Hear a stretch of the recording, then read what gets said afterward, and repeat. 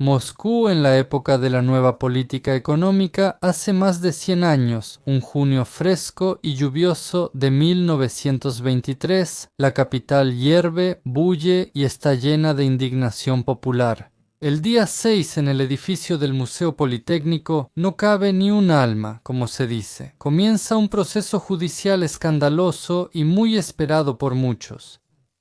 Se reunió tanta gente allí que, según la prensa de la época, desde el estrado del juez solo se veía un mar de cabezas. Además, en toda Moscú pegaron carteles anunciando el próximo evento.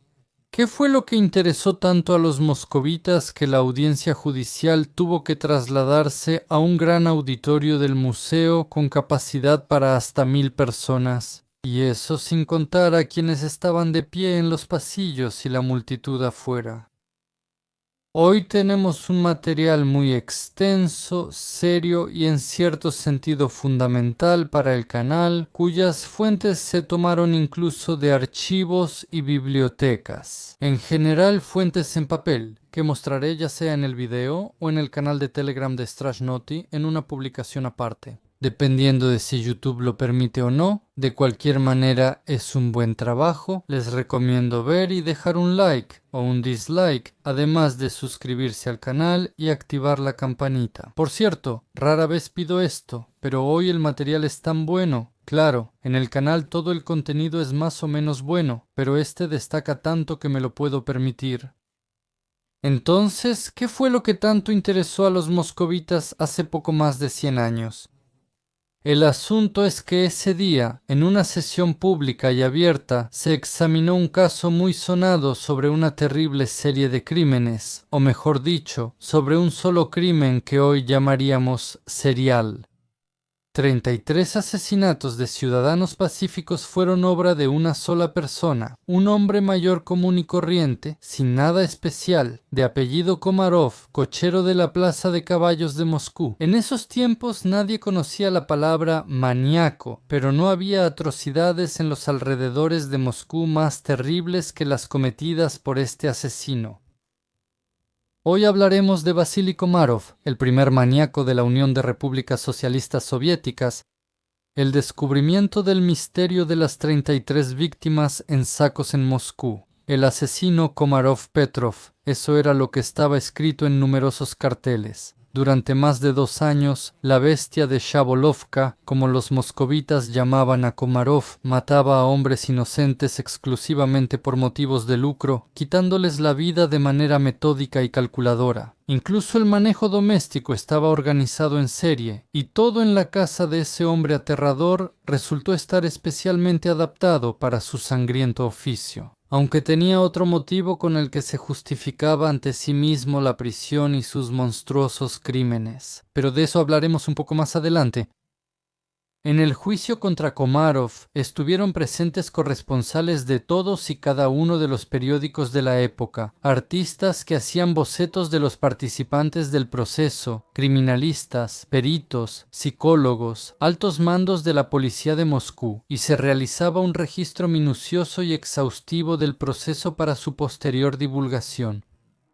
Entre los periodistas, sentado entre la multitud, estaba un joven corresponsal del periódico Gudok. Desde hacía un par de años, un doctor en medicina que se había establecido en Moscú había dejado su profesión después de la guerra civil, tras haber presenciado todos sus horrores como médico de regimiento. Ahora él había tomado el camino de la literatura, en el que más tarde alcanzaría fama mundial. Pocos son los que ahora no conocen su nombre. Este joven era Mikhail Afanasievich Bulgakov, el futuro maestro.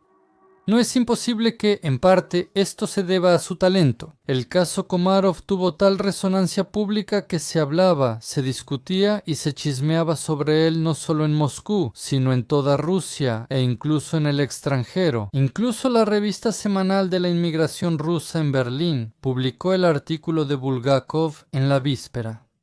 ¿De qué acusaban a Komarov y por qué en los carteles aparecía un apellido doble? ¿Cómo llegó a esa vida? ¿Actuaba solo o tenía cómplices? De todo esto les hablaré en el video de hoy, con el mayor detalle posible, basándome, como siempre, en fuentes documentales. Vasily Petrov cambió su apellido mucho después, nació en la provincia de Vitebsk. Actualmente, la mayor parte de su antiguo territorio forma parte de Bielorrusia, así como de las regiones de Smolensk y Pskov en Rusia. Vasily creció en una familia numerosa de un trabajador ferroviario, siendo uno de 12 hijos. Terenti Petrov era un simple obrero del ferrocarril, no era nada especial, pero le gustaba mucho beber. De hecho, toda su familia llevaba una vida de borracheras, como muchos habitantes rurales de esa época.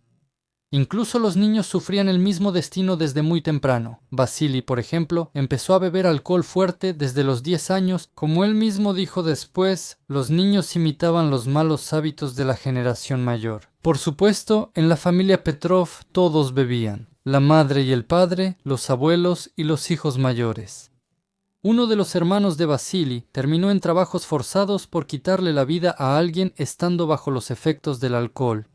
Quizás fue precisamente el alcoholismo infantil lo que tuvo un efecto perjudicial en la psique aún en desarrollo del futuro asesino. A los 17 años, Vasily ya no podía pasar ni un solo día sin beber.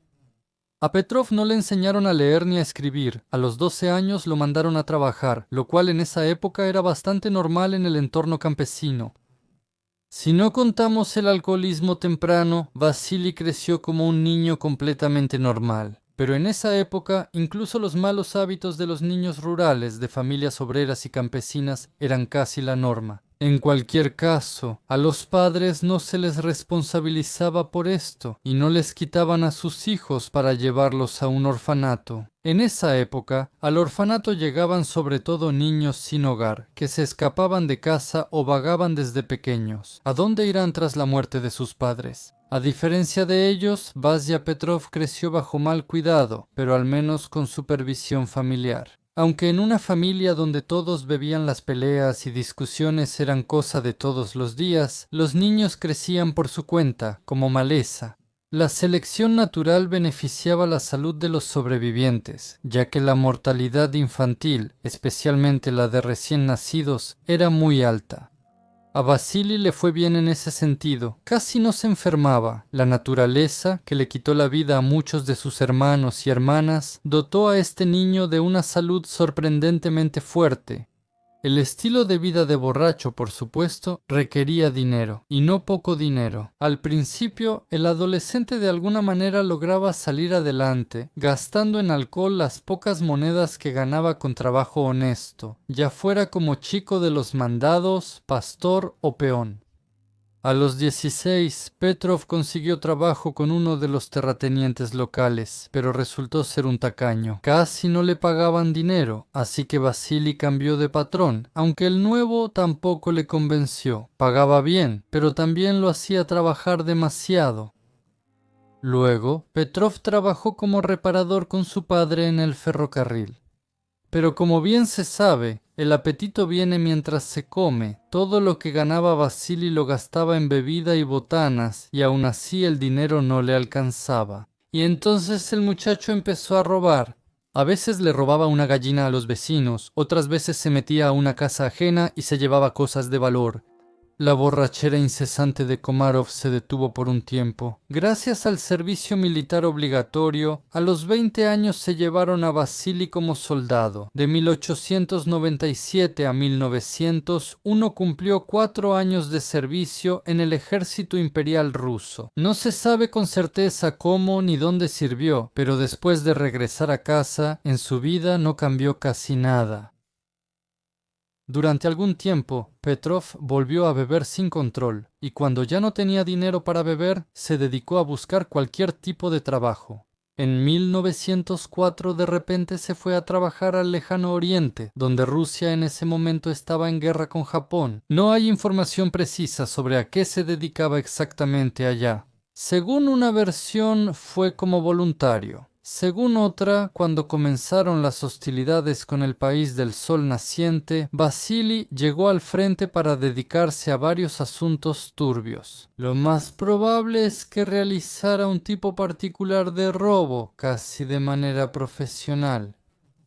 A los muertos les quitaban en masa objetos de valor, cruces de pecho, iconos, anillos, les sacaban dientes de oro, de hierro e incluso dientes sanos de la boca.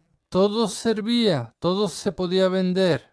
De esas ganancias, que de cualquier manera eran de carácter criminal, Vasili trajo a su tierra natal una cantidad considerable de dinero y de inmediato se casó a los 28 años. Eligió a una paisana, modelo de relaciones familiares. Komarov replicó el modelo de sus padres en su familia. Él y su esposa, muy celosa, solían beber, discutir y pelearse. No puede decirse que sus vidas fueran aburridas. Los esposos iban de un lado a otro por el extenso imperio ruso en busca de trabajos temporales. Probablemente otra vez estaban en actividades delictivas y el alcohol evitaba su aburrimiento. Los recién casados vivían a lo grande y se daban todos los gustos. Pero en un momento dado, el dinero fácil se acabó junto con la esposa y después de eso comenzó la ruptura definitiva.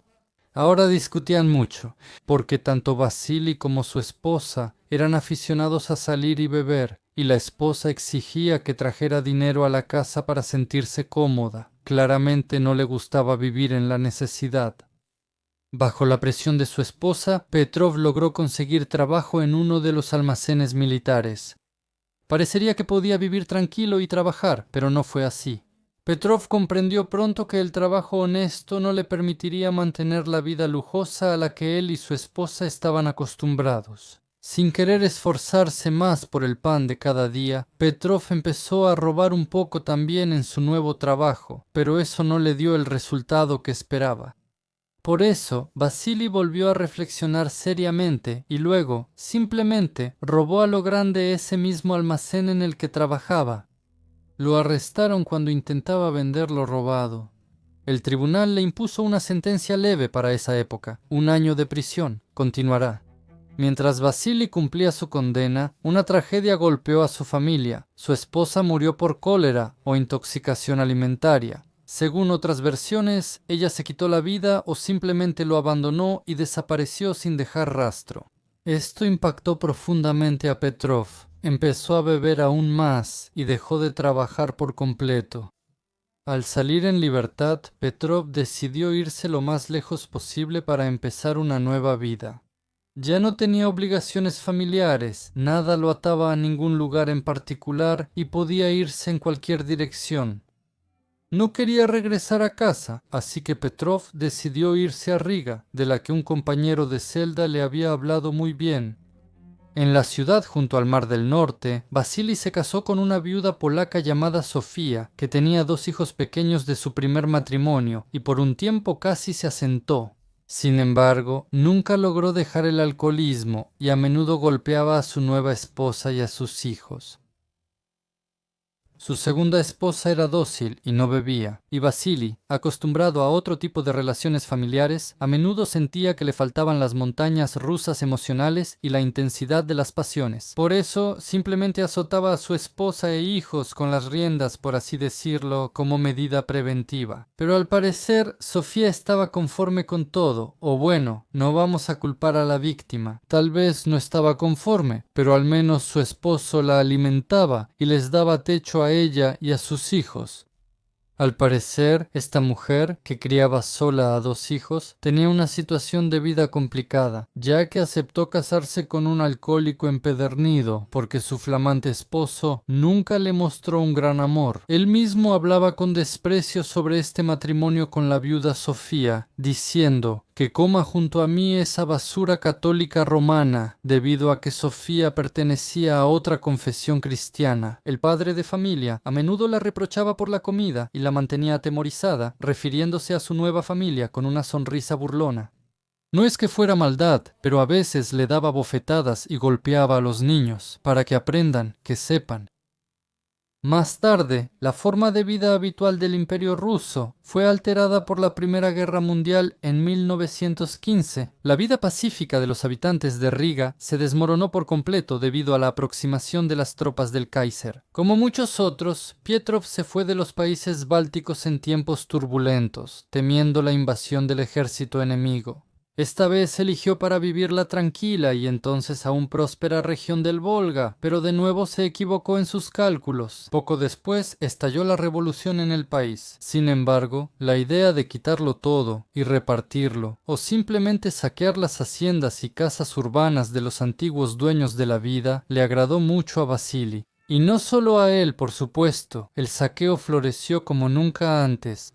Petrov se acomodó de la mejor manera posible en el nuevo orden estatal. La imagen del proletario oprimido fue bastante ayudada por su tiempo en prisión. Komarov logró presentarse exitosamente como una víctima inocente del régimen zarista, y en esa época turbulenta nadie se puso a indagar en los detalles de su biografía. El propio Vasili pronto aprendió lo básico de la lectura y escritura y comenzó a luchar activamente contra la contrarrevolución.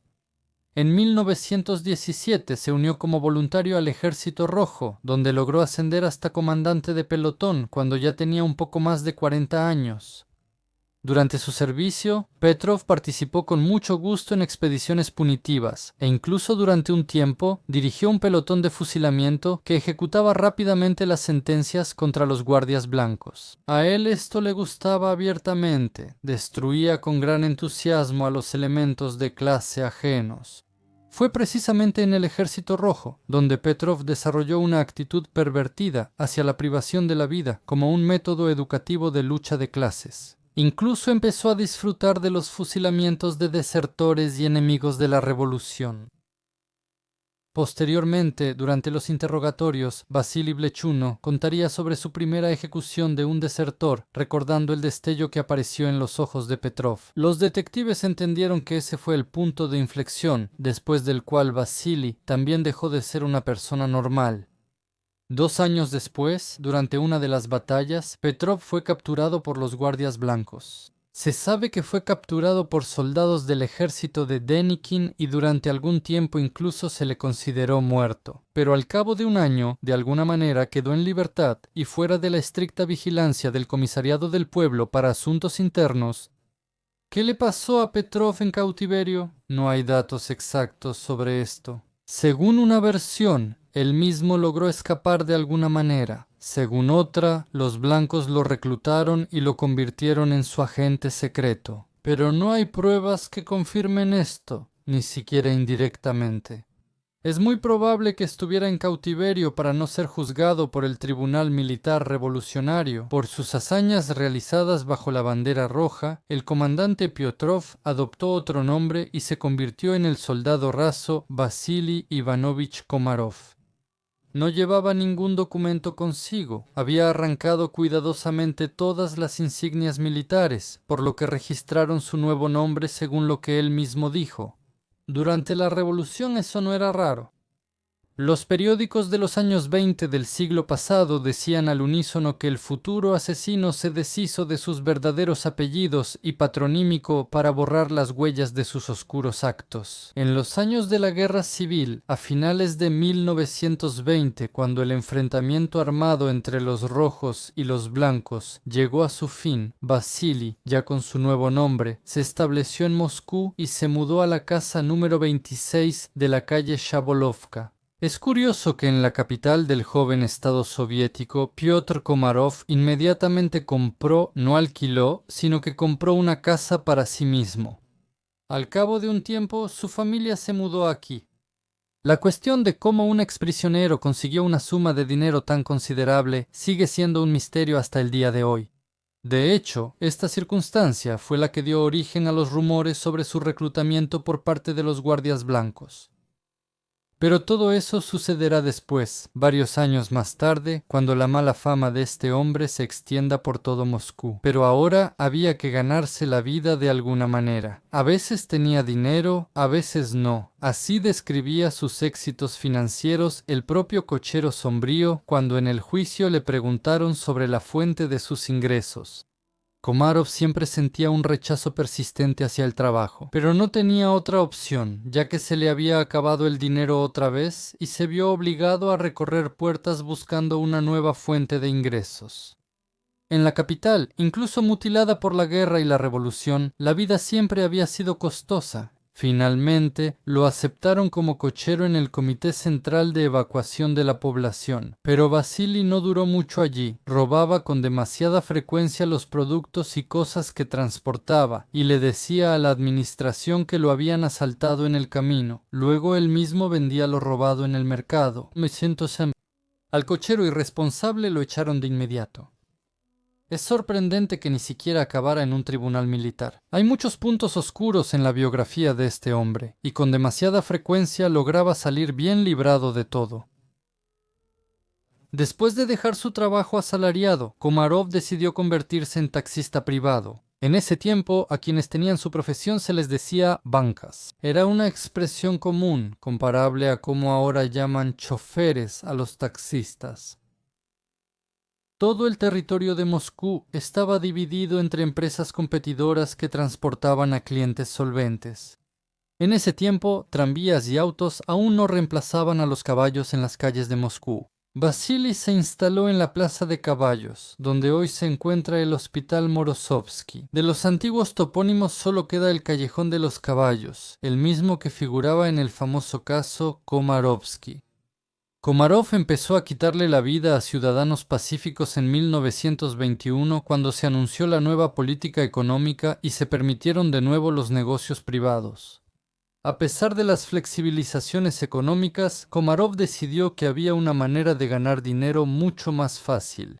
Vasili pensaba así: si la gente quiere comprar un caballo, significa que tiene dinero, y ese dinero se les puede quitar junto con la vida.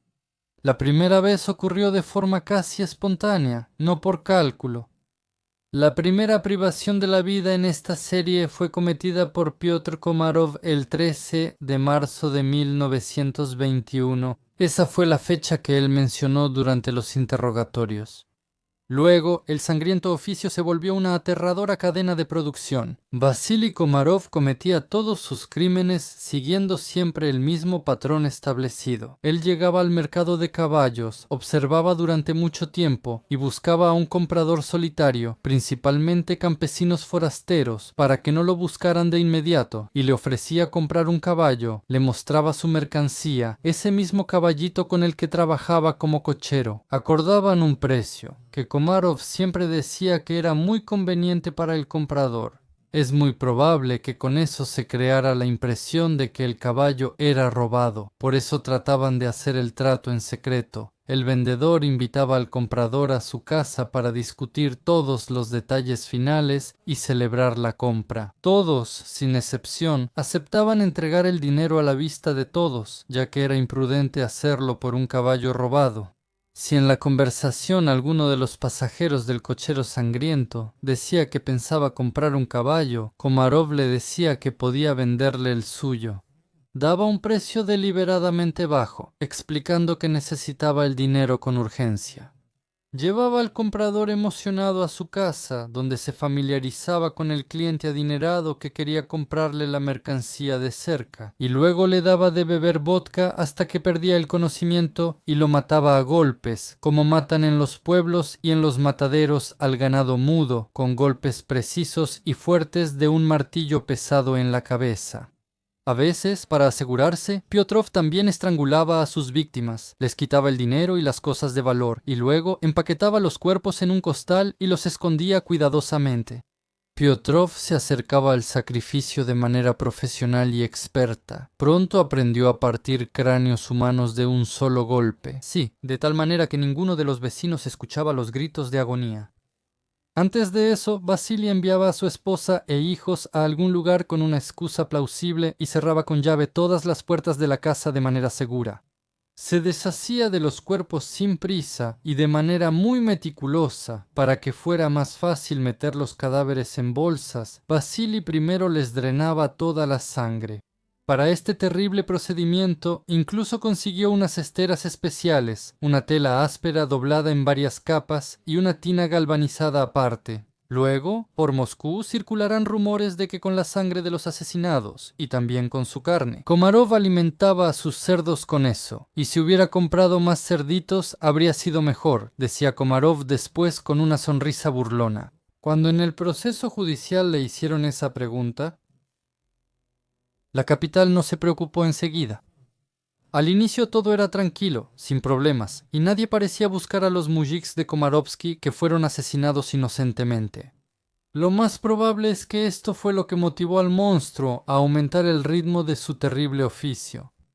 Pero entonces encontraron un cadáver, luego otro. Y luego, como escribió el joven Bulgakov en su ensayo, cada vez más a menudo en Samoskvorechye empezaron a aparecer bolsas grises baratas que desprendían un hedor nauseabundo y repugnante. Por supuesto, siempre había curiosos valientes, y los hallazgos apestosos eran abiertos, revelando descubrimientos horribles. Las personas reaccionaban distinto. Unos se sentían mal por lo que veían, otros fruncían el ceño disgustados y algunos rezaban fervientemente, porque en las bolsas yacían cadáveres atados de una manera especial, cuyos cuerpos se pudrían y descomponían. El caso de inmediato causó un gran revuelo público. Más tarde, cuando el asesino ya había sido capturado, se decía que Komarov había ganado enormes sumas de dinero quitando vidas, pero en realidad su botín no era nada impresionante. El asesino de Shabolovka llegó a ser parte del folclore urbano. Sobre él escribieron muchos literatos famosos, no solo Mikhail Bulgakov, sino también Ilya Ilf, Evgeny Petrov, Yuri Olesha y otros. De los recuerdos del periodista que trabajaba en ese entonces, Mikhail Bulgakov. Así matan al ganado sin remordimiento, pero también sin ningún odio. Obtuvo una ganancia, aunque no muy grande. El comprador tenía en el bolsillo lo que vale un caballo. No tenía riquezas escondidas en las fundas de almohada, pero con ese dinero comía y bebía, mantenía a su familia y era como si tuviera un matadero propio. El futuro autor de grandes obras, siendo periodista, admitía sinceramente: no deseo escribir un folletín criminal, se lo aseguro al lector, pero no hay manera de dedicarse a otra cosa, porque hoy todo el día no me deja en paz el deseo de entender a ese Komarov. Así apareció el reportaje periodístico El caso Komarov, dedicado a la historia de un hombre que durante 2 años de la época de la nueva política económica mantuvo a toda Moscú aterrorizada. En 1921, el asesino cometió no menos de 17 asesinatos, y en los 12 más, aunque él mismo confesó posteriormente haber cometido 33 asesinatos. Los cuerpos de los hombres asesinados fueron encontrados en el río Moscova, bajo los puentes, entre los juncos, en casas en ruinas y enterrados superficialmente en la tierra. Según el propio Komarov, todo el procedimiento de la ejecución no tomaba más de media hora. Después de quitarles la vida, pronunciaba su frase característica: uno y para ti. E incluso, según su propia confesión, rezaba por el descanso del alma de los asesinados. Y su primer crimen en esta serie Komarov lo cometió casi de manera espontánea. Su víctima fue un campesino bastante joven que, como todos los desafortunados que después compartieron su terrible destino, llegó a Moscú. Por un caballo, en la plaza de caballos, él mismo se acercó a Vasily Ivanovich Komarov. Esto sucedió en un día nevado de febrero. Komarov estaba, como siempre, algo alegre. Rápidamente entabló conversación con el joven que se le acercó, quien empezó a preguntar dónde se podía comprar un caballo a buen precio. Vasily, según él mismo, realmente planeaba vender su caballo en ese momento y comprar otro, uno más vivaz. El campesino ofreció un precio bajo, como era costumbre en esa época, para poder regatear adecuadamente. Pero, para sorpresa de todos, el vendedor aceptó demasiado rápido, tras lo cual le propuso al comprador ir a su casa para celebrar el trato como es debido. El campesino, para su desgracia, aceptó. Con una copa de vodka le contó al amistoso moscovita: voy a revender el caballo en un pueblo remoto. Por un animal así me darán medidas de grano. Lo venderé y luego en la capital sacaré provecho. Y fue entonces cuando Komarov sintió una terrible rabia. Tal vez, antes de eso, solo planeaba robar al comprador, o en el peor de los casos, darle una buena paliza, ya que Neushimi tenía mucha fuerza física, pero frente a él estaba sentado, sonriendo y presumiendo de su plan de negocios. Un verdadero especulador, y Komarov odiaba a los especuladores con todo su ser. Tenía sus propias razones personales para eso, sin duda, pero incluso si lo atrapaban, no se apresuraba a hablar mucho de ellas.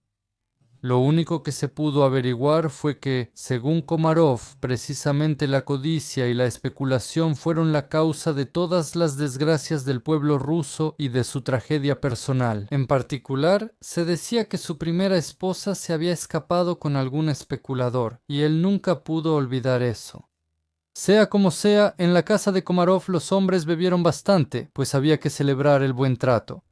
Según los recuerdos del propio Vasily Ivanovich, en ese momento no tenía intención de quitarle la vida al campesino. Al pecado lo empujó la excesiva franqueza del comprador que no le agradaba. Precisamente de esa conversación sincera se enteró de que su invitado era un simple revendedor. Si antes de eso Vasily no sabía exactamente lo que quería, en ese momento tomó una decisión definitiva. No hay motivo para sentir lástima por quien busca enriquecerse a costa de otros. La astucia empresarial ajena enfureció abiertamente a Vasily, pero no lo sacó de su equilibrio emocional. Se levantó y salió de la habitación. Con algún pretexto razonable entró al trastero, y después de buscar un rato, tomó un martillo oxidado que estaba tirado sin uso. Con él golpeó en la cabeza al invitado, que ya estaba aturdido para ese momento, con tanta fuerza que le partió el cráneo en pedazos. La sangre que brotó salpicó todo alrededor. El piso, la mesa, los bancos y la ropa del propio criminal, pero ni un solo músculo se le estremeció. En su rostro no había ni remordimiento ni miedo, solo una euforia incontrolable al darse cuenta de su poder sobre la vida humana. La sangre oscura humana inundó toda la habitación, y Komarov pasó mucho tiempo limpiando, lo cual le molestó mucho. Después de eso, Komarov no volvió a permitir errores así con la sangre humana. Tuvo en cuenta ese molesto malentendido y la próxima vez actuó con más previsión. Antes de romperle la cabeza a su siguiente víctima, el dueño de la fábrica de quitar vidas en casa colocaba un balde o una tina. A esa primera víctima, el campesino revendedor confiado, lo mató con un martillo oxidado. Komarov sacó el cuerpo de la casa bajo la oscuridad de la noche y lo enterró en un terreno abandonado vecino al suyo, cubierto de arbustos y maleza. En la Moscú devastada de entonces había muchas casas abandonadas como esa. Dinero para los muertos. El criminal, por supuesto, se llevó hasta el último centavo y no le hizo asco ni siquiera a los dientes de metal, sacándolos de la boca del difunto con unas pinzas. Durante la investigación se supo que la primera vez que Vasily mató a alguien le resultó bastante fácil. Después, la verdad, él decía que dudó antes de su primera vez. Tomó la decisión después de unas copas, sin embargo, no se arrepintió en absoluto de lo que hizo, ya que eso le trajo buen dinero. Vendió todas las pertenencias del difunto en el mercado local y con ese dinero compró una gran botella de aguardiente casero. Después de gastarse todo el dinero en alcohol, Komarov volvió a su oscuro oficio en su nuevo territorio de caza, el mercado de caballos de Moscú. La segunda vez que le quitó la vida a alguien lo hizo rápidamente. Después de todo, el dinero se acabó pronto, y de ahí en adelante todo siguió su curso. Tan solo en 1921 Komarov le quitó la vida a unas 20 personas.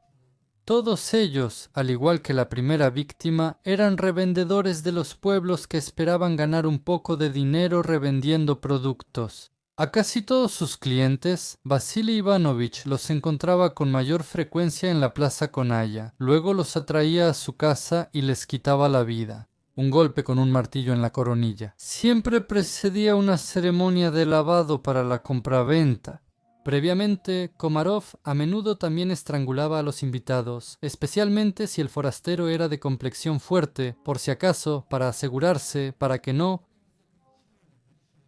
Luego los desnudaba, les sacaba la sangre, los ataba fuertemente, después de darles previamente la característica postura fetal al cadáver, y los empacaba cuidadosamente en una bolsa, y por la noche se deshacía de su carga muerta.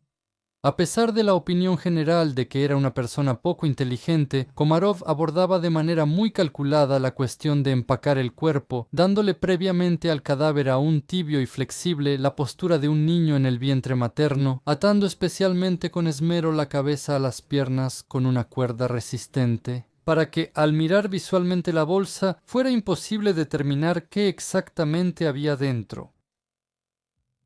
Komarov rápidamente le tomó el gusto. La sensación de impunidad, de permisividad y el acceso fácil al dinero le hicieron perder la cabeza. Vasily Ivanovich no le tenía miedo a nada. Según los materiales del caso penal, Komarov escondió 15 cadáveres en una construcción medio derruida en el callejón Konoy y en una casa vecina desocupada en Shabolovka. Otros 6 cuerpos los enterró en el antiguo terreno del conde Alexei Orlov, cerca del monasterio Donskoy. Además, Komarov arrojó los cadáveres, atándoles sacos con piedras como peso, en diferentes cuerpos de agua, incluyendo el río Moskova, el río Yauza y algunos estanques. En aquel ya muy lejano 1923, en la época de la juventud de la milicia soviética, los detectives novatos tuvieron que enfrentarse a una tarea realmente difícil. Cuando empezaron a llegar denuncias sobre la desaparición de hombres, nadie le prestó mucha atención. Por lo general, se trataba de moscovitas que se dedicaban a la reventa de caballos o, más a menudo, de campesinos que venían a la capital para comprar un animal de tiro indispensable para su trabajo. La historia siempre era la misma. Fue al mercado de caballos en Serpukovka y no regresó.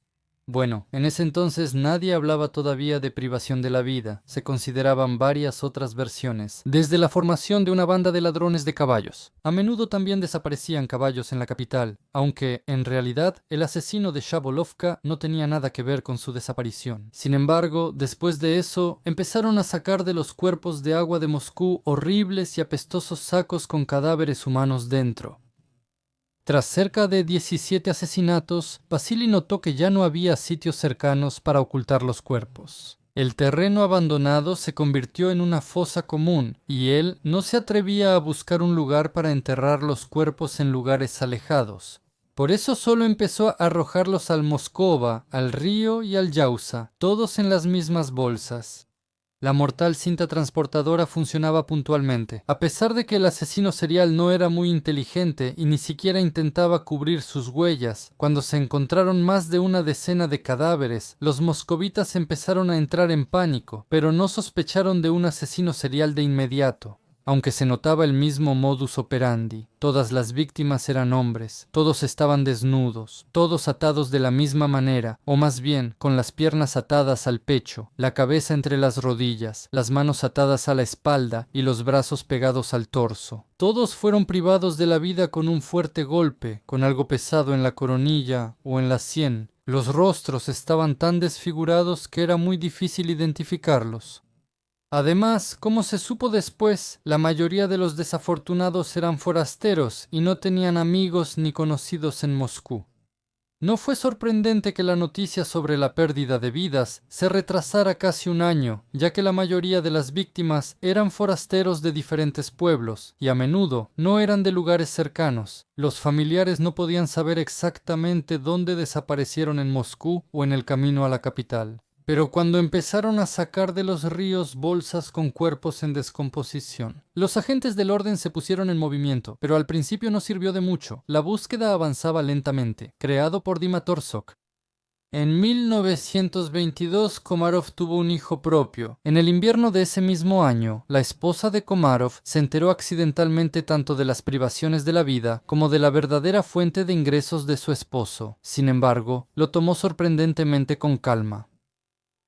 Un día, Sofía regresó a casa fuera de horario y encontró a su esposo descuartizando un cadáver. Komarov no se molestó en dar largas explicaciones. ¿Para qué a una mujer tonta? Y se limitó a decir, ve acostumbrándote, ya que más da.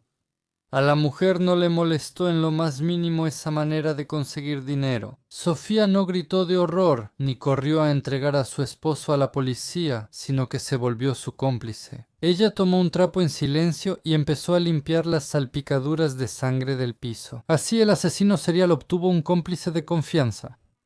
Cuando la esposa veía que su marido llegaba a casa con un hombre desconocido, simplemente se iba, se llevaba a los niños y luego regresaba, primero sola. Sofía, dejando de lado a sus conocidos del chat, se volvió la fiel ayudante de su esposo y limpiaba la sangre de la habitación, después de otro crimen. Hay que decir que la mujer se encargaba de eliminar las pruebas a la perfección. Más tarde, los investigadores buscaron algún rastro de sangre en la habitación donde mataron a 30 personas, pero no encontraron nada. Al principio, la esposa solo ayudaba a su esposo a deshacerse de las pruebas y de los clientes muertos, pero después se unió por completo a él, a veces ayudando a sujetar a la víctima o a atar mejor los cuerpos.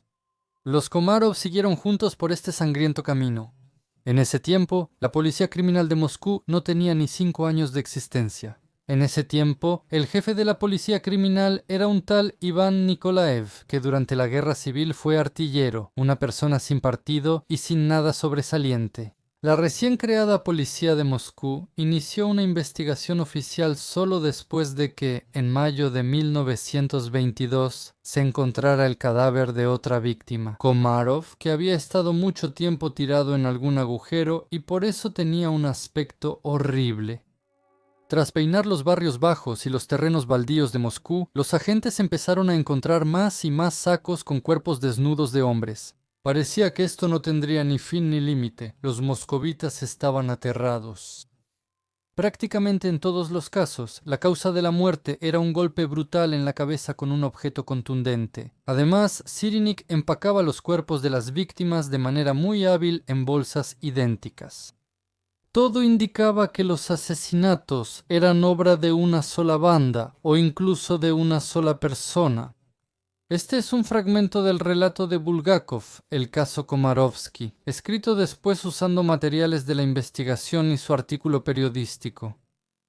Por las noches se encontraban hallazgos extraños y desagradables en los baldíos detrás de Moskvoreche, en casas en ruinas, en baños abandonados y sin terminar. En Shabolovka aparecían bolsas grises con cadáveres desnudos de hombres.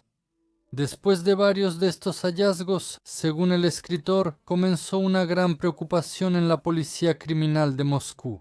Todas las bolsas con cadáveres llevaban las huellas de las mismas manos, del mismo trabajo.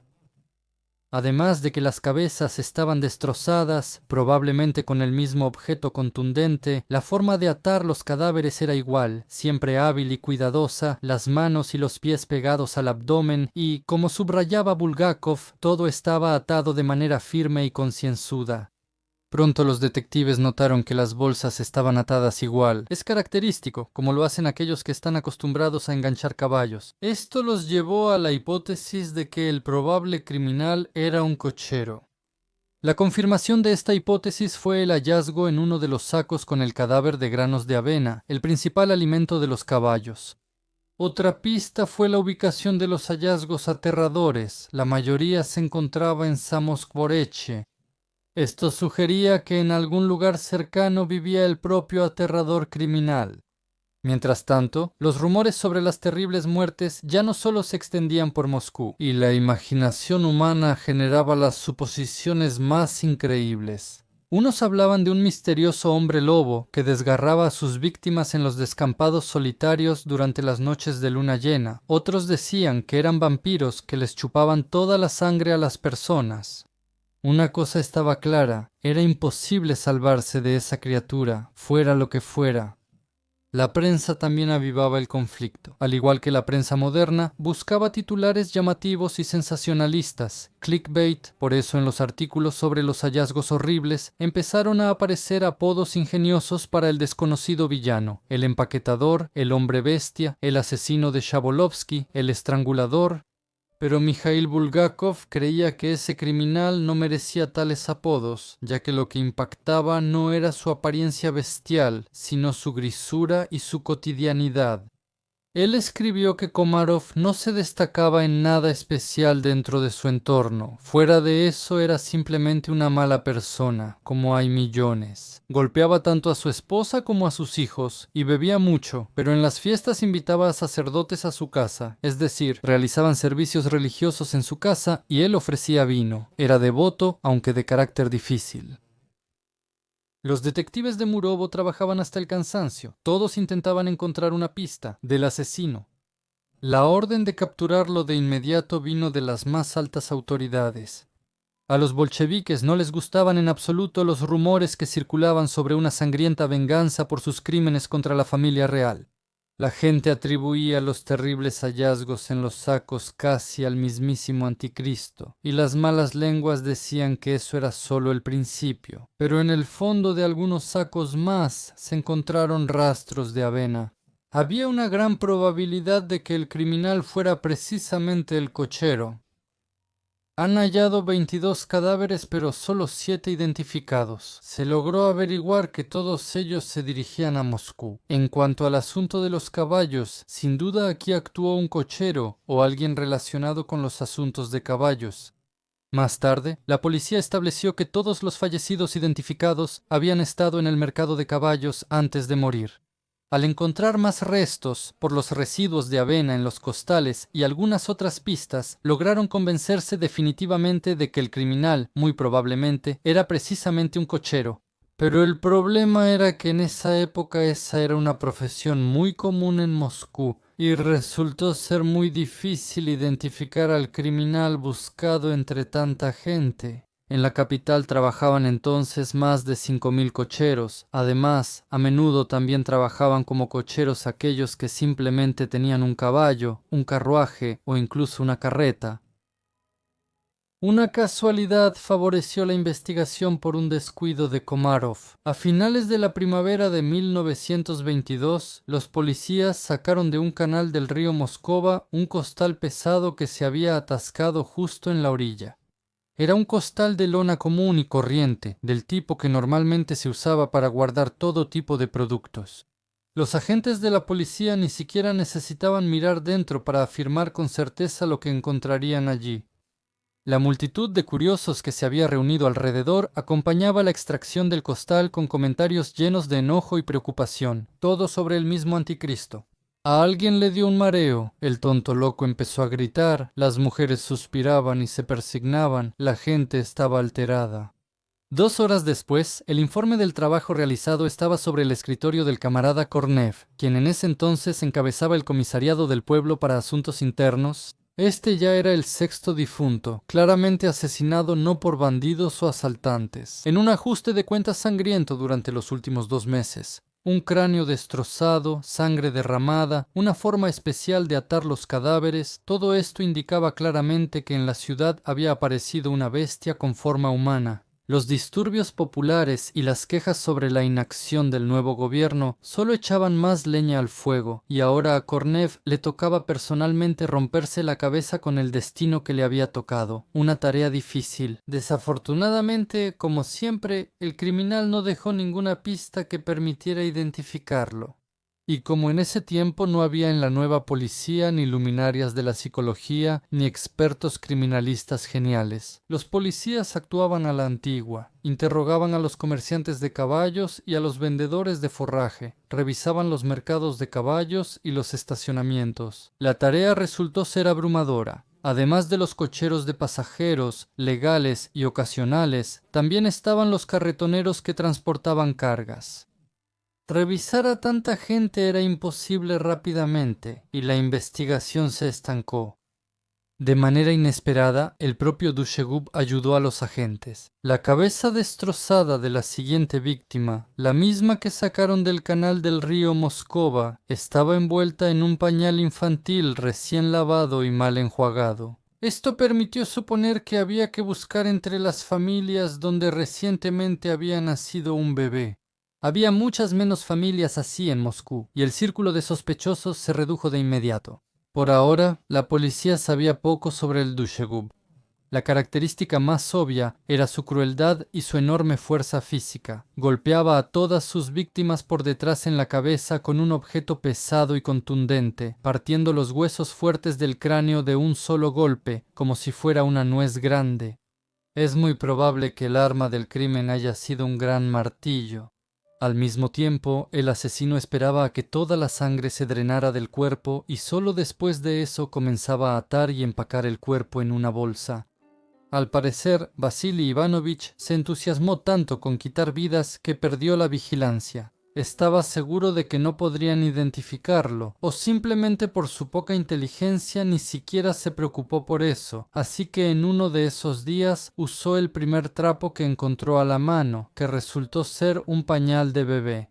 Lo más probable es que Komarov tenía flojera de buscar algo más adecuado, así que decidió no complicarse la vida con tonterías y pensó que así estaba bien. Mientras tanto, precisamente la presencia de un niño pequeño, recién nacido, ayudó mucho a los agentes de la MUR en la búsqueda entre los cocheros de Samoskvorechye. Entre otros, entre los sospechosos también estaba Vasily Ivanovich Komarov, de 55 años, que vivía en Shabolovka 26 y trabajaba como cochero en la Plaza de los Caballos. Los comerciantes entrevistados relataron a los agentes de la MUR el extraño comportamiento de Komarov. En lugar de competir por los clientes como todos los demás, él nunca regateaba y solía pasar mucho tiempo sin hacer nada. Aunque frecuentaba el mercado de caballos y tenía dinero, a menudo se iba de juerga en las tabernas cercanas. La encuesta a otros cocheros confirmó la versión de las autoridades. Todos afirmaban lo mismo, que Vasily Ivanovich era un hombre extraño, que nunca regateaba y siempre se iba a algún lado con el posible comprador del caballo. ¿Acaso tenía toda una granja de caballos en Shabolovka? Al mismo tiempo, Komarov siempre llevaba dinero consigo, aunque también solía dejar sumas considerables en las tabernas. Sumas que un ciudadano común ni siquiera podía imaginar, y este sencillo cochero se las gastaba en una sola noche. Para entenderlo mejor, aquí hay un extracto de una fuente documental sobre la magnitud de los precios de la capital en esa época.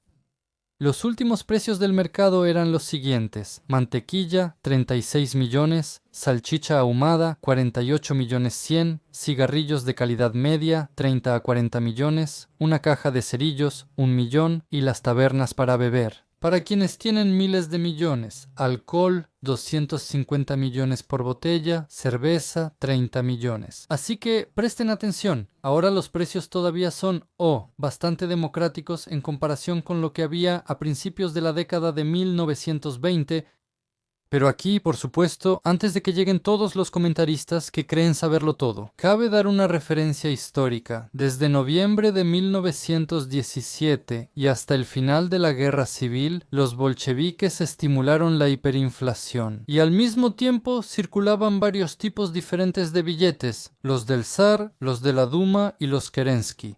Y no solo eso. Desde 1918, muchas regiones comenzaron a imprimir su propio dinero, y a principios de 1919 también aparecieron los llamados sovsnaki, que circulaban en la economía. Hasta la reforma de 1924, con la introducción de la nueva política económica, la inflación se volvió galopante. Un solo densnak soviético de 100.000 rublos llegó a valer lo mismo que un kopek de antes de la guerra. Los productos se vendían por millones y miles de millones simultáneamente. A finales de 1922 se intentó poner en circulación nuevos chervonets soviéticos respaldados por reservas de oro, pero la circulación de la nueva moneda, en comparación porcentual con el dinero antiguo, era muy baja. Esto provocaba confusión. Principalmente seguían circulando los mismos millones, y solo de vez en cuando los productos se vendían por centavos en los nuevos billetes, mientras que los chervonets de oro empezaron a acuñarse, y solo a principios de 1924 para el comercio exterior y para el mercado interno emitieron monedas de plata y cobre en Moscú en 1923. Durante la vida del asesino de Shabolovka, la gran mayoría de las transacciones entre la gente común se realizaban con los viejos billetes, y Komarov, sin duda, derrochaba, lanzando dinero fácil y mortal a diestra y siniestra. Así es como él los describirá después. Y además resulta que Komarov era millonario. Los policías realizaron un trabajo verdaderamente colosal y al final, con esfuerzos conjuntos, lograron dar con Komarov. La amplia red de agentes abarcó las plazas de carruajes, los puestos de té, las tabernas, siguieron las pistas del cochero de Samoskvorechye y fue en ese momento cuando encontraron otro cadáver con una venda fresca envolviendo la cabeza destrozada. La red se estrechó de inmediato. Buscaban a un hombre de familia, uno que recientemente tuvo un hijo, y entre miles de cocheros lo encontraron. Vasily Ivanovich Komarov vivía en Shabolovka, casa 26, tenía dinero y siempre bebía mucho, según la investigación de Bulgakov. y también de otro corresponsal del periódico de Moscú, prestaron atención a Vasily Komarov, cochero de alquiler, debido a su comportamiento bastante extraño. Él llegaba al lugar y se quedaba parado mucho tiempo, como si estuviera observando a alguien. No competía por los pasajeros como los demás, lo cual era inusual para un cochero de Moscú. Como demostraron los vecinos, su esposa había dado a luz recientemente. La policía irrumpió la noche del 17 de mayo de 1923 en el departamento de Komarov con una orden de registro. Según la versión oficial, no buscaban a un asesino serial que mató a 30 personas, sino a fabricantes de licor ilegal. Y como Vasily prácticamente nunca estaba sobrio, no era de extrañar que también lo visitaran a él. El cochero recibió a los agentes del orden de manera cordial, les sonrió amablemente. Komarov estaba completamente tranquilo, pero cuando comenzó el registro minucioso, de repente se puso nervioso. Los peritos buscaron rastros de sangre en el suelo, pero fue en vano. Su esposa Sofía hacía su trabajo de manera excelente, y en ese entonces no existían otros métodos aparte de la inspección visual. Cuando los detectives llegaron al trastero, el dueño de la casa de repente gritó como si lo hubieran picado y saltó por la ventana del segundo piso. Obviamente los nervios le fallaron. Y ahí abajo, en una emboscada, estaba esperando el segundo grupo de la policía, que intentó detener al sospechoso. Pero Komarov, mostrando gran fuerza, se soltó y huyó en dirección desconocida. Perdiéndose entre las numerosas casas de los barrios bajos, su esposa Sofía se dejó caer al suelo y rompió en un llanto amargo. Pronto se entendió la razón de esa huida tan repentina. En el trastero, los policías encontraron a la última víctima de Komarov, con la cabeza destrozada. El cuerpo ni siquiera se había enfriado aún, y al lado había una tina con la sangre drenada. Como se supo después, era un campesino de las afueras de Moscú, llamado Iván Lapin, padre de 4 hijos. Komarov no logró huir mucho tiempo. Esa noche fue arrestado en Nikolskoye, cerca de Moscú, en casa de una lechera conocida. Al parecer, esa mujer era la amante del asesino. Lo tenía en su casa. El sospechoso, como señaló Mikhail Bulgakov, escribía en el reverso de su identificación testimonios sobre las vidas que había quitado, y en esos testimonios, por alguna razón, confundía y acusaba falsamente a sus vecinos, pero no la de Komarov. Los habitantes de la ciudad, asustados, dudaban del éxito de la investigación y susurraban que atraparon a la persona equivocada, pues ese viejo borracho no parecía un monstruo. Sí, empezaron a buscar al verdadero villano solo gracias a la orden suprema de Lenin. Solo querían cerrar el caso lo más rápido posible. Moscú susurraba y temía al asesino de Shabolovo, asustando incluso a los niños. Durante los interrogatorios, el asesino serial, resignado a su captura, se mostraba relajado y cínico, narrando sin ocultar nada los asesinatos y disfrutando los detalles. Solo después de la detención y los primeros interrogatorios de Komarov, se hizo evidente la verdadera magnitud de sus crímenes, muchos de los cuales la policía ni siquiera imaginaba. El cochero confesó 33 asesinatos. Al menos, basándose en sus declaraciones, solo se pudieron encontrar los cuerpos de 29 víctimas, por lo que solo fue juzgado por aquellos asesinatos cuyos cuerpos pudieron ser hallados. Sin embargo, dado que últimamente Komarov, cansado de ocultar los cuerpos de las víctimas, solo los arrojaba al río Moscova o los enterraba en cualquier lugar, es probable que los otros 4 cadáveres no hayan sido encontrados. Después de todo, los perros callejeros hambrientos tampoco desaprovechaban la oportunidad de alimentarse de carne humana, destruyendo a menudo todas las pruebas al literalmente devorarlas.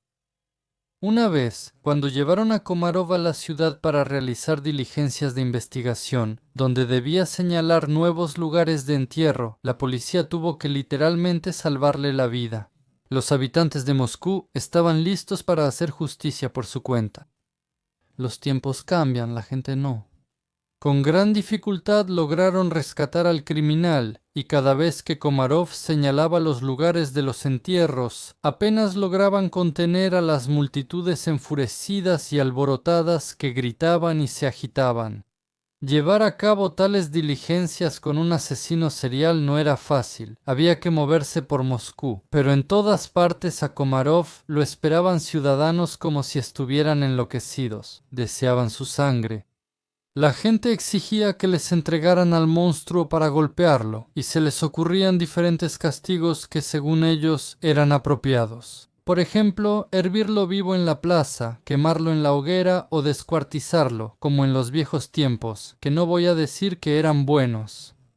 La mayoría de los restos de las víctimas de Vasily Komarov fueron encontrados solo después de su captura. Komarov, como un verdadero maníaco, contaba con especial cinismo y placer sobre estas privaciones de la vida. Aseguraba que el motivo ni siquiera era la codicia, sino una especie de retorcido sentido de justicia social, ya que, según él, solo privaba de la vida a especuladores, a quienes despreciativamente llamaba homutami. Esto, según Vasily, era una especie de servicio para la sociedad, ya que los especuladores causan mucho daño y ningún beneficio. El asesino aseguraba a todos que luchaba contra la especulación criminal y la avaricia humana. Un verdadero héroe, en una palabra, un poeta y publicista conocido en aquellos tiempos. Demian Bedny llegó a ver una conspiración política en las acciones de Komarov. ¿De dónde obtuvo el simple cochero Komarov dinero para un caballo y un departamento? No es casualidad que pasara un año con Denikin. Seguramente fue reclutado por la contrainteligencia enemiga y enviado a la capital como agente. Con tales artículos acusatorios, Bedny se presentaba en la prensa y en las plazas, reuniendo a su alrededor multitudes de simpatizantes. Solo que claramente no es lo suficientemente listo para ser espía. Komarov no se apresuró a explicar la maldad de la bestia de Shabolovka por su pertenencia a los guardias blancos. La milicia y el comisariado del pueblo para asuntos internos tampoco se apresuraron, considerando que durante la guerra civil él luchó del lado del ejército rojo. Los motivos de los maníacos no se someten a la lógica humana común. Komarov no sentía ningún remordimiento, y la descripción de cada asesinato la acompañaba con su frase cínica de «una vez y quas», siempre entrecerrando los ojos de manera simple, y adornaba su ya de por sí escaso discurso con diferentes bromas tontas. A la pregunta de los periodistas «¿no teme a la muerte?», «No le tengo miedo ni a la muerte, ni al mismísimo diablo», respondía Koshmarov, el cochero aterrador.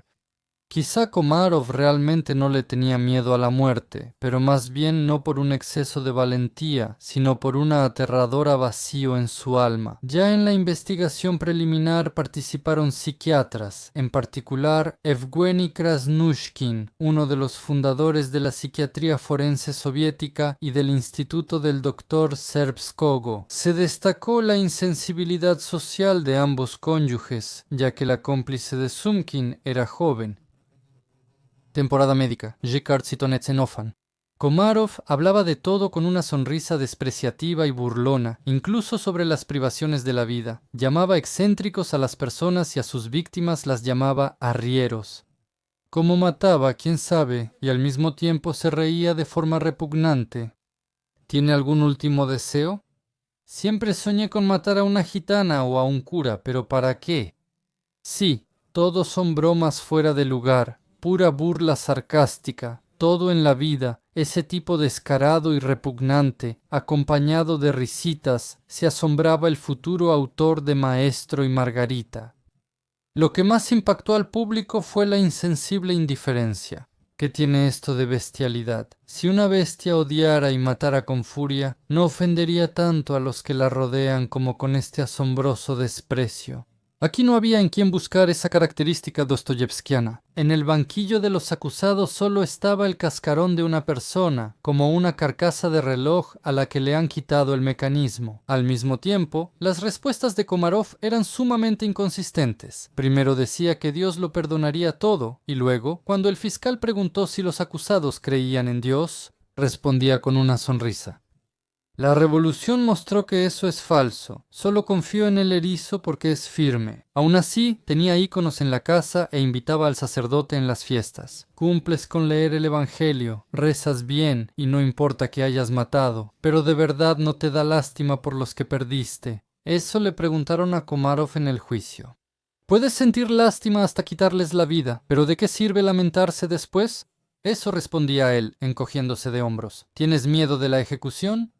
El asesino movía la cabeza pensativo. Todos nos reímos. Sus bromas no venían al caso. Pensamientos escasos y absurdos, y brillando por la estupidez humana, una magnífica amalgama de esa grosería específica y apestosa de la que están impregnados muchísimos pequeños burgueses de Samoskvoreche, escribió Komarova. Bulgakov. El monstruo de Shabolovka no se arrepentía en absoluto. Es más, decía que estaba listo para cometer otros 60 más si fuera necesario. Mi esposa ama lo dulce y yo lo amargo. Ahora en Moscú soy un héroe, confesó con orgullo tras ser detenido. De hecho, este asesino serial se volvió increíblemente famoso e incluso como personaje literario apareció en las páginas de muchos libros de esa época. En la novela América de un solo piso de Ilfi Petrov, incluso compararon al primer maníaco soviético con el famoso gánster de Chicago. Famosos bandidos asesinos como el cochero Komarov, solo que mucho más peligrosos. Aquí hay una cita de su libro. Después del sonado juicio, en Moscú empezaron a circular leyendas sobre la violencia de Komarov. Mientras duraba la investigación, Moscú estaba alborotada. En resumen, al mencionar a Komarov el cochero, las mujeres hablaban de fundas de almohada llenas de dinero, de que Komarov alimentaba a los cerdos con las entrañas humanas, y cosas por el estilo. Eso era la pura verdad, como se descubrió durante la investigación. Hubiera sido mejor que solo fueran montones de dinero en fundas de almohada, la repugnante alimentación de los cerdos o alguna atrocidad o perversión. Quizá habría sido más fácil si todo fuera más confuso y aterrador, porque entonces lo más terrible de todo este asunto quedaría claro. Precisamente ese hombre, Komarov, escribió Mikhail Bulgakov. El verdadero nombre del maniático, Vasily Terentievich Petrov, se supo solo durante la investigación. Algunos extractos de los materiales del caso penal de Komarov. Nació en 1877 o 1878 en la provincia de Vitebsk. El padre era alcohólico y cuando bebía golpeaba a la madre. La familia numerosa estaba en tal necesidad que a Vasily lo enviaron a servir con el terrateniente local cuando tenía solo 12 años. A los 15 años tuvo su primera relación sexual con una trabajadora y ya era un alcohólico consumado. Consumía alcohol sin importar la calidad, incluso barniz o alcohol desnaturalizado. Y desde joven, Komarov se distinguía por su afán de cambiar de lugar, lo que podía considerarse una inclinación a la vagancia. Con su primera esposa vivieron mal. La esposa resultó ser una mujer conflictiva y constantemente sentía celos de su marido, aunque él, según confesó, era completamente indiferente a ese asunto. Justo después de la revolución se unió a la Guardia Roja, pero esto solo se supo durante el juicio por múltiples privaciones de la vida. Estos méritos ante el nuevo poder no le ayudaron en nada a Piotr Komarov. Ya no pudo presumir más de su origen proletario, diciendo que era un humillado y ofendido, víctima del régimen zarista. Rápidamente ascendió en la estructura nacional, se convirtió en comandante de pelotón bajo el rango revolucionario de Starkov, nuestro suboficial. En el juicio, Komarov recordaba con gusto cómo una vez comandó un pelotón de fusilamiento durante una ejecución. Dicen que le gustó, así escribían los periodistas sobre la biografía de la bestia de Shabolovka. Para el caso de alto perfil también se designó una pericia forense, para la cual buscaron durante mucho tiempo médicos más o menos conocidos en el campo de la psiquiatría. Se necesitaban 3 para el veredicto médico, de esos quedaban muy pocos, y a uno incluso lo invitaron desde San Petersburgo. Y así, esta comisión psiquiátrica de profesores examinó al acusado durante mucho tiempo, lo interrogó, le realizó varios experimentos y finalmente declaró a Komarov completamente culpable. El veredicto de los psiquiatras decía: a pesar del alcoholismo, Komarov es imputable y puede ser responsable de lo que hizo. Sin embargo, en el peritaje se indicó por separado que el acusado es un degenerado alcohólico y un psicópata, lo cual, sin embargo, no le priva de la capacidad de entender sus acciones y controlarlas. La esposa cómplice también terminó en el banquillo de los acusados junto a su esposo. La investigación, tras analizar el caso, presentó cargos contra ella, respaldados por el tribunal. La esposa, acostumbrada a la violencia doméstica, se convirtió en un complemento perfecto para su esposo alcohólico, quien desarrolló tendencias sádicas. En un arrebato de embriaguez, él golpeó cruelmente a ella y a los niños con un látigo varias veces, pero ella soportaba todo con paciencia, mostrando signos de masoquismo. En la investigación se descubrió que Sofía Komarova participó en varios asesinatos, ayudando a sujetar a las víctimas, mover los cuerpos y ocultar evidencias. El propio asesino en serie insistía en que ni su esposa ni sus hijos estaban presentes cuando mataba a las personas en la casa. Según él, Komarov siempre los sacaba de la casa cuando llegaba un comprador. Sofía también cerraba la puerta con llave desde afuera para impedir que la víctima escapara. Pero la investigación logró demostrar que la esposa ayudaba activamente a su esposo a deshacerse de las huellas de los crímenes y de los cuerpos después de enterarse de los asesinatos. Y por las noches rezaba fervientemente por las almas de los recién fallecidos siervos de Dios. Continuará. Ella, sabiendo perfectamente lo que Komarov planeaba hacer con sus invitados, nunca intentó prevenir la tragedia. Continuará. En los interrogatorios, Sofía Komarova hablaba con indiferencia sobre la nueva afición de su esposo. ¿Y qué se puede hacer? Hay que vivir de alguna manera. Lo importante es que no haya otra guerra. En el juicio, Vasily describió a su esposa así: tontita, débil. Mientras tanto, fue precisamente Sofía quien, por iniciativa propia, acompañó a su esposo cuando se deshacía de los cuerpos. Todo empezó cuando un policía detuvo por accidente a Komarov, quien llevaba otro cadáver al río, y le preguntó qué transportaba. El cochero sonrió con sorna y ofreció a la gente tocar el saco, pero éste solo mostró desdén. ¿Quién sabe por qué? En ese momento no registraron hazaña, pero Vasily decidió tomar precauciones para el futuro. Resultó que una pareja casada despierta menos sospechas por la noche que un hombre solo, viajando quién sabe a dónde, con un gran costal de lona. Pero antes de continuar y pasar a las sentencias, analicemos la personalidad de Vasily Komarov y su esposa. Vasily Komarov, ejemplo clásico de asesino serial con rasgos de alcohólico degenerado y psicópata, considerado cuerdo por psiquiatras, pero con gran insensibilidad hacia sentimientos sociales. Es una persona primitiva, sin el menor remordimiento, con insensibilidad emocional y un sistema de valores distorsionado. No sentía ni lástima ni culpa por ninguna de sus víctimas. No mostró ni una gota de compasión. Es más, se sentía orgulloso de lo que había hecho y se consideraba un héroe. Su manera de hablar era burlona, llena de bromas desagradables, chistes y burlas como la frase «una vez y kvas».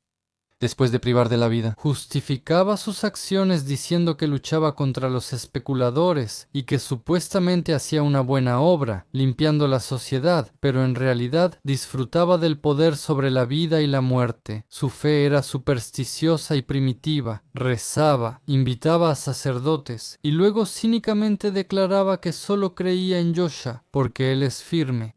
Las tendencias sádicas se mostraban no solo al matar, también golpeaba y humillaba regularmente a sus esposas e hijos, considerándolo normal y disfrutando la violencia. Incluso durante la guerra civil, cuando dirigía un pelotón de fusilamiento, él mismo admitió que le gustaba mandar. En el informe médico durante la ejecución se indicaron alcoholismo crónico, degeneración alcohólica de la personalidad y psicopatía con rasgos sádicos. Sin embargo, a pesar de todo esto, Komarov fue declarado completamente cuerdo. Él era consciente de lo que hacía y podía controlar sus acciones.